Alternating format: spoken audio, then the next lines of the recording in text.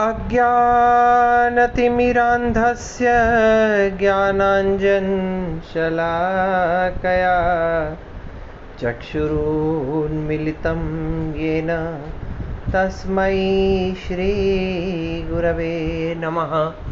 तस्मै श्रीगुरवे नमः। तस्मै श्रीगुरवे नमः।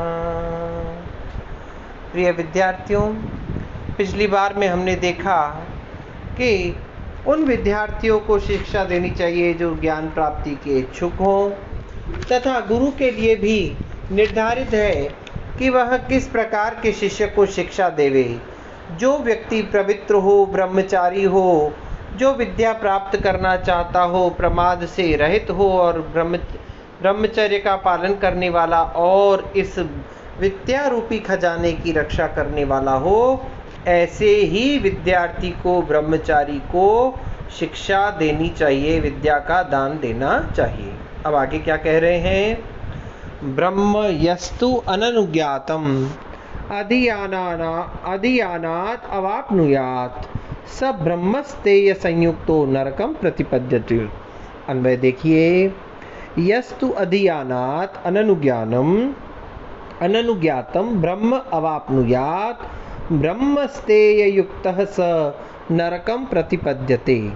यह जो मनुष्य, जो विद्यार्थी या जो भी व्यक्ति अधियानात् अध्ययन करते हुए शिष्य से अननुज्ञातम गुरु के ज्ञान के बिना, गुरु को पता हुए बिना ब्रह्म अवाप्नुयात् ब्रह्म को प्राप्त कर ले, अर्थात वेदों का अध्ययन कर ले। मान लीजिए कि गुरु एक शिष्य को पढ़ा रहा है और गुरु को बताए बिना वह दूसरा व्यक्ति जो है उस पढ़ाते वाले शिष्य को सुन ले, उसका ज्ञान प्राप्त कर ले, या गुरु को बताए बिना जब एक शिष्य कोई अपनी पढ़ाई कर रहा हो उस समय दूसरा उसकी अभ्यास को सुन करके अध्ययन कर ले, ब्रह्म ज्ञान को प्राप्त कर ले, तो सह ब्रह्मस्तेय युक्तः वह व्यक्ति ब्रह्म की, वेदों की चोरी से युक्त होकर के नरकम प्रतिपद्यते, नरक को जाता है। कहने का भाव यह है कि किसी भी व्यक्ति को गुरु की अनुमति लिए बिना वेदों का अध्ययन नहीं करना चाहिए, अन्यथा उस पर वेदों की चोरी का पाप लगता है और वह नरकगामी होता है। लौकिकम वैदिकम वापि तथा आध्यात्मिकमेव च आददीत यतो ज्ञानम तम पूर्वम अभ्यवादयेत। अन्वय देखिए, यतः लौकिकम वैदिकम तथा आध्यात्मिकम वा अपि ज्ञानम आददीत तम पूर्वम अभिवादयेत। विद्यार्थियों को चाहिए, व्यक्ति को चाहिए, यतः जिससे भी लौकिकम सांसारिक, वैदिकम वेदों से संबंधित अथवा आध्यात्मिक ज्ञान प्राप्त करे। शिष्य जिस व्यक्ति से भी लोक व्यवहार का, वेदों का या आध्यात्म का ज्ञान प्राप्त करता है, तम पूर्वम अभिवादयेत, उसका, उस व्यक्ति को, उस गुरु को सर्वप्रथम प्रणाम करना चाहिए, उसके चरण स्पर्श करने चाहिए। देखिए क्या होता है कि कई बार आप ऐसी सभा में गए जहाँ पर आपके गुरु भी हों और भी बड़े बड़े महापुरुष बैठे हुए हों, माता पिता इत्यादि भी बैठे हुए हों, तो कहते हैं कि जब ऐसी ही स्थिति में आप वहाँ जाते हैं तो आपको सर्वप्रथम किसको अभिवादन करना चाहिए? तो कहा गया कि जिस व्यक्ति से चाहे लौकिक ज्ञान प्राप्त किया हो, चाहे वैदिक ज्ञान प्राप्त किया हो, चाहे आध्यात्मिक ज्ञान प्राप्त किया हो, सर्वप्रथम उसका अभिवादन करना चाहिए। वह गुरु सर्वप्रथम पूजनीय है। आगे क्या कह रहे हैं? सावित्री मात्र सारो अपि वरम विप्रसुयो सुयंत्रितः नायंत्रितः स्त्री वेदो अपि सर्वाशी सर्व विक्रयी। अन्वय देखिए, सावित्री मात्र सारः अपि सुयंत्रितः विप्रः वरम अयंत्रितः सर्व आशी सर्व विक्रयी त्रिवेदः अपि वरम न। देखिए, दो प्रकार के ब्राह्मणों के विषय में बात आया गया है। एक ऐसा ब्राह्मण सावित्री मात्र सारह, जो केवल नियम पूर्वक सावित्री मंत्र का अर्थात गायत्री मंत्र का जाप करता रहता है, सावित्री मंत्र की उपासना करता है, किंतु सुयंत्रितः, उसका अपने ऊपर पूर्ण नियंत्रण है, वह नियम पूर्वक सदाचार का पालन करने वाला है, सदाचार का पालन करने वाला है, किंतु केवल मात्र वेद इत्यादि किसी का भी अध्ययन नहीं करता है, न जानता है, तो भी वह सावित्री मंत्र का जाप करने वाला ब्राह्मण श्रेष्ठ है। किंतु इसके विपरीत स्थिति में क्या है? अयंत्रितः, जिसका अपने ऊपर यंत्रण नहीं है, नियंत्रण नहीं है, जो असंयमित है, सदाचार से रहित है, सर्व आशी, सब कुछ खाने वाला है, भक्ष्य अभक्ष्य का भक्षण करने वाला हो, सर्व विक्रयी, सब कुछ बेचने वाला हो, जो बेचने योग्य चीजें हैं न हो, जो निषिद्ध वस्तुएं हैं उनका भी विक्रय करने वाला हो, ऐसा ब्राह्मण त्रिवेदः, तीनों वेदों का ज्ञाता होने पर भी न वरम, वह ठीक नहीं है। देखिए, दो प्रकार के ब्राह्मणों की बात की कि एक ब्राह्मण तो है तीनों वेदों का ज्ञाता हो, और दूसरा ब्राह्मण वेदों के क ख ग घ को भी नहीं जानता हो, किंतु सावित्री मंत्र का नित्य निरंतर जाप करता रहता हो। तीन वेदों का ज्ञाता अगर कैसा है? अयंत्रितः, जिसका अपने ऊपर नियंत्रण विद्यमान नहीं है, सर्वआशी, सब कुछ भक्ष्य अभक्ष्य सब कुछ खाने वाला है, और सर्व विक्रयी, सिद्ध निषिद्ध सब वस्तुओं को बेचने वाला है, तो उसकी अपेक्षा केवल सावित्री मंत्र का जाप करने वाला, अपने ऊपर नियंत्रण करने वाला, नियंत्रण रखने वाला ब्राह्मण जो है, वह उसकी अपेक्षा श्रेष्ठ माना गया है। वेदवेत्ता होकर के भी यदि वह व्यक्ति अपने ब्रह्मचर्य का पालन नहीं करता, अपने ऊपर नियंत्रण नहीं रखता, अपनी जिह्वा पर नियंत्रण नहीं रखता, सिद्ध निषिद्ध सभी पदार्थों को खा लेता है, सर्वभक्षी है तथा सर्व विक्रयी है, तो ऐसा ब्राह्मण श्रेष्ठ नहीं है, क्योंकि ब्राह्मणों को खान पान में शास्त्रों के द्वारा निषिद्ध वस्तुओं के सेवन में विशेष ध्यान रखना चाहिए। फिर क्या कह रहे हैं?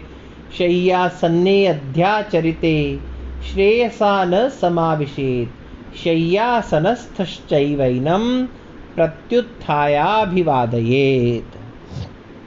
अन्वय देखिए, श्रेयसा अध्याचरिते शय्यासने न समाविशेत, शय्यासनस्थ च एनं प्रत्युत्थाय एव अभिवादयेत। क्या कह रहे हैं? श्रेयसा, अपने से श्रेष्ठ व्यक्ति के, अपने से श्रेष्ठ गुरु के या बड़े के, शय्यासने अध्याचरिते, शय्या के ऊपर, बिछौने के ऊपर किसी आसन पर बैठे होने पर, न समाविशेत, उसके पास शय्या पर या आसन पर न बैठे। ध्यान दीजिए, ब्रह्मचारी को क्या करना चाहिए कि अपने से विद्या में, गुणों में कोई श्रेष्ठ गुरु या बड़ा कोई हमारे सामने अगर किसी शय्या पर या आसन पर बैठा हुआ हो, तो उस समय उसके समीप में जाकर के शय्या पर या आसन पर बैठना नहीं चाहिए, अपितु खड़े रहना चाहिए।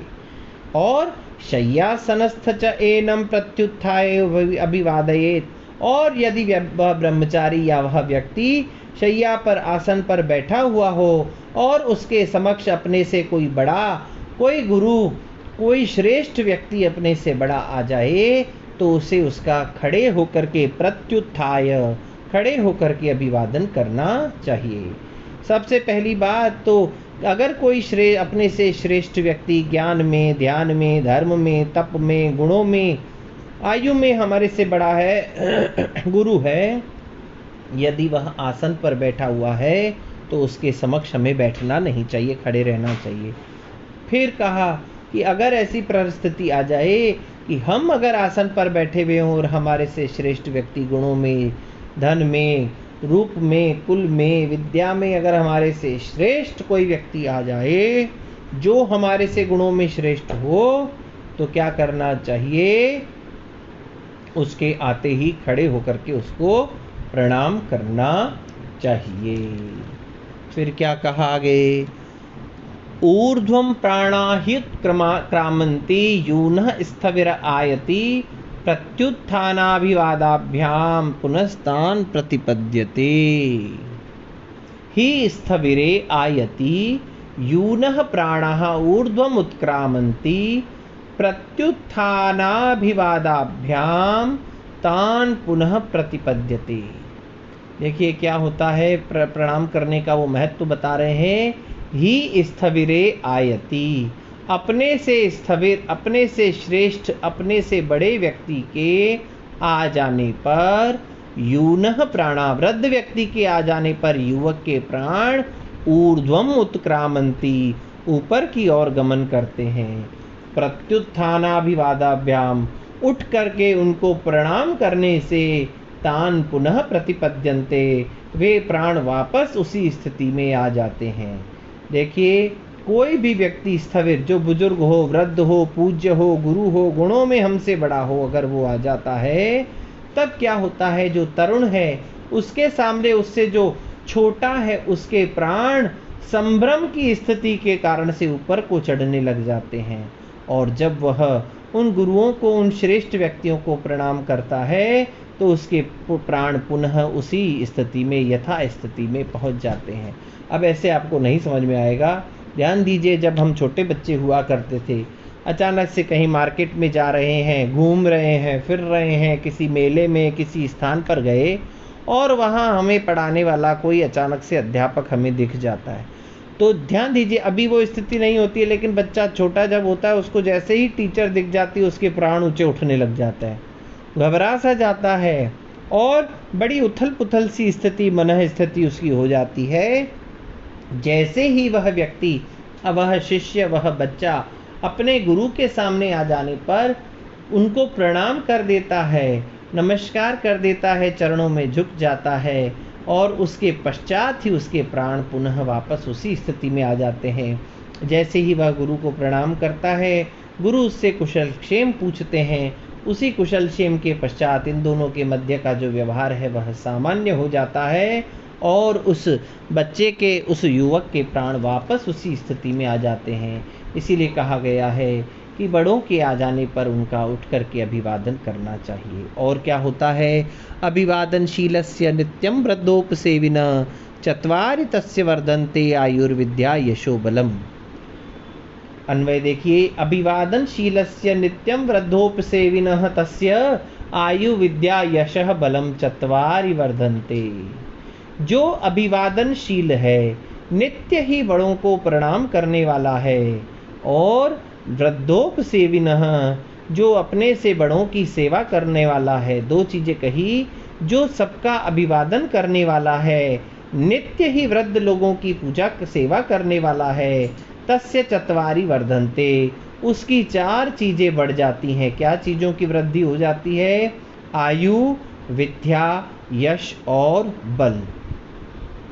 ये चार चीजों की उसको वृद्धि हो जाती है, क्योंकि कहा भी गया है कि जब हम बड़ों को प्रणाम करते हैं, उनकी सेवा करते हैं, तो वो हमें आशीर्वाद देते हैं। और आशीर्वाद से हमें क्या प्राप्त होता है?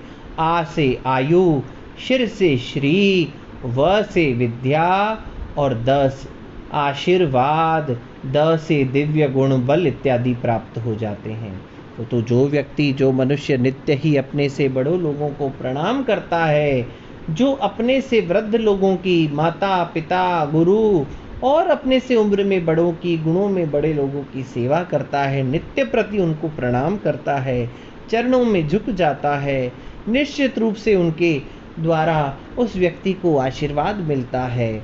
और जैसे ही आशीर्वाद मिलता है तो उस व्यक्ति की चार चीज़ों की वृद्धि हो जाती है, आयु, विद्या, यश और बल।